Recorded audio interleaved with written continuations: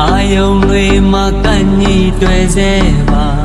ဘိုးရင်ချိန်တွေရဲ့တိတ်သစ်တန်ငါခြေသံနှစုံတရားရဲ့မချမိပါလားအိမ်မဲဟောင်းလေးကနိုးခွင့်ပြုပါဒီနေရာမှာရင်ငါတွေ့နေကြပါမျက်နှာချပြီးရင်နဲ့များစွာပါ